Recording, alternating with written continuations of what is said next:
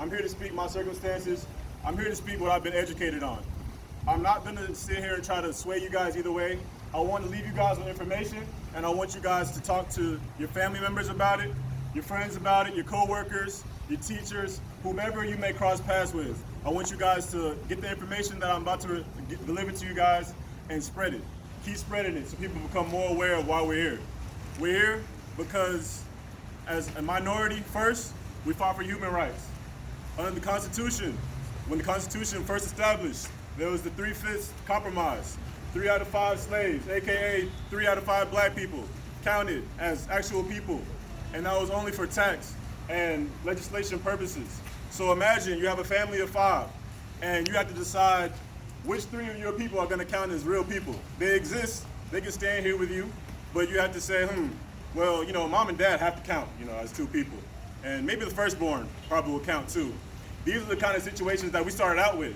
And then, we had the 13th Amendment that we thought got everybody, but it really only got everybody but the criminals because they didn't count as real people too. And then we got the 14th Amendment. So then everybody counted as actual people. But then Martin Luther King came along and we had to fight for what? Civil rights. And the diction, the wording is very important. We fought for civil rights. Why am I here today talking to you guys? Because we don't have equality. We're fighting for equal rights now. And what I want to start out with is just, I understand that all cops aren't bad. I have a best friend that was just sworn into the police academy, the police division last year, and I know in my deepest heart that he would not kill anybody unjustly.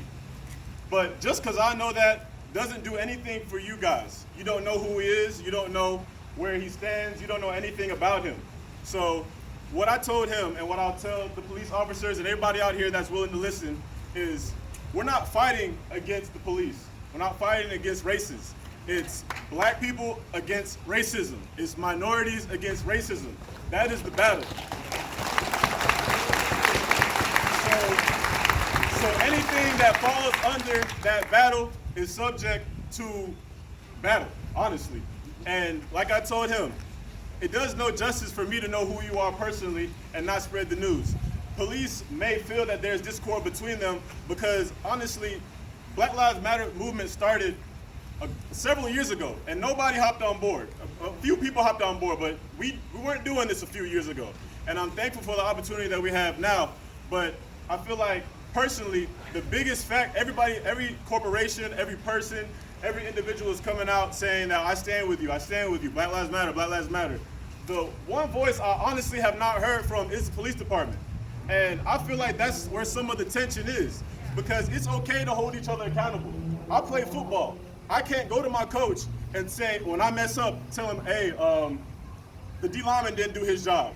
My coach is gonna hold me accountable, just like I hold all my other teammates accountable. So when I face the interviewers, when I face the coach, I have to own up to my mistakes. And then he can go to public and acknowledge my mistakes, and then the fans can be like, oh, okay, he knows what he did, he's gonna make up for it. But if we don't hear from the people that are doing the wrong, then we can't help but assume that they're okay. Silence is compliance, in my opinion. There's a lot of ways to deal with racism. There's a lot of avenues that we can start from. But right now, we're gonna start with police brutality. So again, we're here to educate. How did we get to having police? It started with the slave patrols. Slave patrols. Where did the slave patrols start? North and South Carolina, imagine that. Where are we? North Carolina, imagine that. Slave patrols were installed so that slaves that ran away were recaptured, and so they put fear in slaves to stay where they were, who were fighting for freedom. And when the 13th Amendment was established, now the slave patrol was no longer necessary. So like other businesses do, they rebranded and they said, okay, we're not gonna fight for slaves anymore. We're gonna fight crime. And that's why we had to have the 14th Amendment, because who was being locked up in jail? Black people. Why? Because they were considered criminals. Who's being locked up in jail most now? Who you consider a criminal? A black person, more than likely, if it comes to your image, in my opinion. And those are some of the parallels that we think, oh, that stuff happened several hundred years ago, but we're still facing some of these realities today. And the biggest part that I'm trying to get to is, again, the legislation. You know, the system is outdated. We had to first start with the Constitution and the Three-Fifths Compromise. First, we had to fight for human rights. We had to be considered a human being. We had, as black people, minorities had to fight for the right to actually be considered human. And then 100 years later, we had to fight for civil rights. Martin Luther King, everybody mentions Martin Luther King. When Martin Luther King was fighting for civil rights, hey, just be civil with us. Just let me stand here and talk to you. Just let me be in the same space as you. You know, those kind of things, because after we were free, we had segregation. We had Jim Crow laws. That's where the civilness came from. We couldn't even be in the same space. We couldn't have a black person or a minority next to a white person. It was unconstitutional. And you know, even acts and amendments are unconstitutional, because if it was in the doctrine originally, then they would have thought at that point, hey, this is something we should put in here. We're doing this for the people, for the future generations. We're doing this for the people that are gonna exist hundreds and hundreds of years after we die. Nah, black people don't need to count as whole people. They can count, 3 out of 5 can count as a whole people. That is what we live in right now. You know, it's been amended, we've had acts, but still we're here fighting for the same things. I talk about segregation. Where we're standing right now, within a mile radius, I can go to Aldi, I can go to Food Lion, I can do kickboxing, I can go to the doctor, I can get a chiropractor, I can go to Whole Foods, I can go to Zaxby's, I can do a lot of different things right now. 10 minutes from here is Cookout on Almar Road. You guys know where that is. I can't do much around there besides get fast food. I can go to Aldi, I can go to the Hispanic food store, but that's about it. That's 10 minutes from us. And we try to act like segregation doesn't exist. Nobody wants to go to Almar Road Middle School. That's the truth. I lived on the west side of Charlotte before I moved over here. I went to Ranson. I went to Coolwood. I went to Mallard Creek Elementary. I went to Hornets Nest Elementary. Those are schools nobody wanted to go to. When I came over here, I moved to Mint Hill. The hardest transition wasn't the fact that my classrooms were no longer predominantly black and now they were predominantly white. The hardest transition was the resources I had. I didn't know how to use them because I never had them before. I never had new books. I never had teachers that could give me pencils and papers when I didn't need them. I always had to fend on myself. And that's what I grew up learning. That's what was ingrained in me until I transitioned over here. And that's the reality a lot of people are still facing today. You know, you think segregation again is not real, but in 2000, that's when CMS school district desegregated buses. In 2000. I went to school the next year. You can Google it. Again, it's information, it's education. I went to school the next year.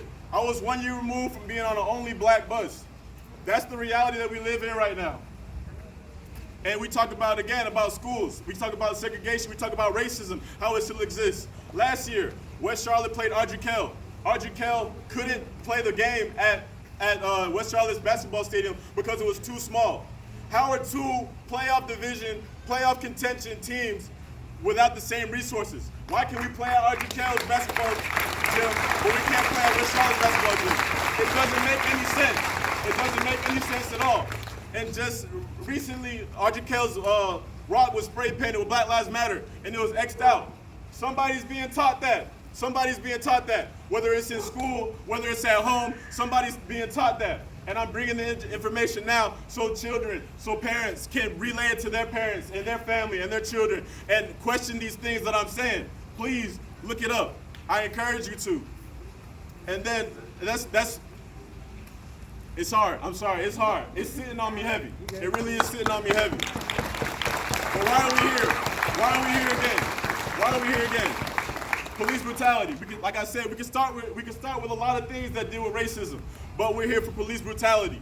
You know, George Floyd died in Minneapolis, and we live in Mint Hill. A lot of you guys live in North Carolina. So you think, oh, you know, like I said, for the cops that need to speak out and say that it's unjust, you think, oh, like I'm friends with my cops. I know my cops good and well. They won't do that here. But me, I was drafted by Minnesota. I lived there for 2 years. I was 2 years removed from being George Floyd. That's my reality.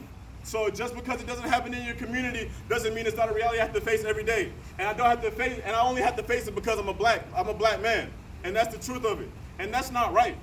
That is absolutely not right. So again, I give you all this information. I'm like, where can we start? I gave you a lot of stuff. I mean, honestly, the first part we could really start is legislation. It needs to change. It's outdated. It's absolutely outdated. When the Constitution was formed, your methods of transportation were by foot or by horse. Bikes were not invented. Cars were not invented. That is the legislation that we live on right now. That's illogical, but that's a big thing to tackle. So where can we start again? With police reform. And I know there's been a lot of comparison between that. But understand this. Charlotte just approved 40% of the budget through the Charlotte Police Department. So why is that? It makes absolute sense because we call for the police to do everything outside of what their job title is. We call because children are unruly at school. We call because people are bickering, literally bickering. We call the police. We call because we see suspicious people. Why do you think these people are in this community? A safe community is not a community with more police officers. It's a community with more resources. The people that don't live in this community come here because they don't have these resources. There's no chiropractor on Almar Road. I'm not talking about the Almar Road where Chick-fil-A is. I'm talking about the Almar Road where Cookout is. Nobody wants to go to Garinger. People want to go to Myers Park, Providence. And it's just the reality. And when I say change, I mean allocating resources. So we have several options. We can reallocate these resources that we give the police officers. And people are in discord with that because they say defund the police. Okay, I'm gonna stop that. Okay, so the other option is to educate the police officers. You know, we talk about the training. A lot of statistics have come out that it takes more time to learn how to be a barber and more hours to be a barber than it does to be a police officer. I don't even trust most barbers. I don't have a haircut right now because I don't trust most barbers. So why would I trust somebody that it took less time for them to do that? Again, like I said, I have a friend that was a police officer, and I talked to him weekly about his training regimen. He said he was in the classroom. He said he was lifting, running, learning how to shoot, learning how to drive past the speed limit. You know, those types of things. He didn't say that he was learning how to be a psychologist. He didn't say he was learning how to be a social worker. He didn't say he was learning how to be a teacher. He didn't say he was learning how to be a daycare. He didn't say he was learning how to be an after-school program. The resources that these people need, that they're lacking, that make us inefficient and unequal, those type of things. They just teach them how to be police officers. They teach them how to be bigger, faster, stronger. They give them weapons. If all you teach somebody is law, everything becomes a crime. If all you give somebody is a weapon, everything becomes a target. That's the reality. So if you don't want to reallocate the budget, we need to make the police officers more educated in all these other resources that they need to have. We need to let them be able to have a marriage counsel because people have domestic issues that do not get violent, but they call the police anyway because I'm threatened, I'm afraid. Go to marriage counseling. Oh wait, those things aren't available for everybody that has these circumstances.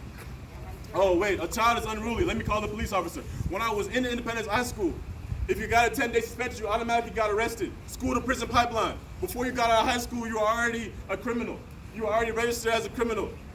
That doesn't make any sense. Where are the social workers? Where are the educators?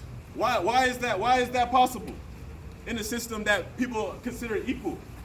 That's not fair. And I know I gave you guys a lot of information, and I appreciate your time.